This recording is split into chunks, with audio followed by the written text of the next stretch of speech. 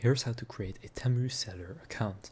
To do this, just open up your browser and in the search bar type in Temu Seller Account and search, and from there you will find this link that says Temu Seller Center. That is what you want to click on. Now this is the official Temu Seller Center website, and from here you can see it only takes 1 minute to create your account, 10 minutes to complete your application, and 1 day to receive your application results. Now 50% of new sellers make their first sale within 20 days. So just click sign up right here and then enter email or phone number, password, and confirm it, and click continue. Then here enter the verification code that has been sent to your email address. And then here enter your business information, so what is your business type and where is your company registered.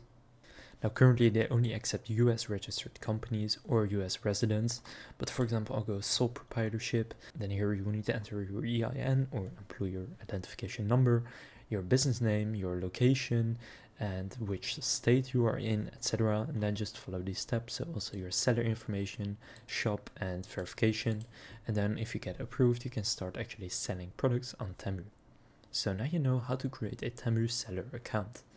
If this video was helpful, please consider leaving a like and subscribing to my channel. With that being said, I will see you in the next video.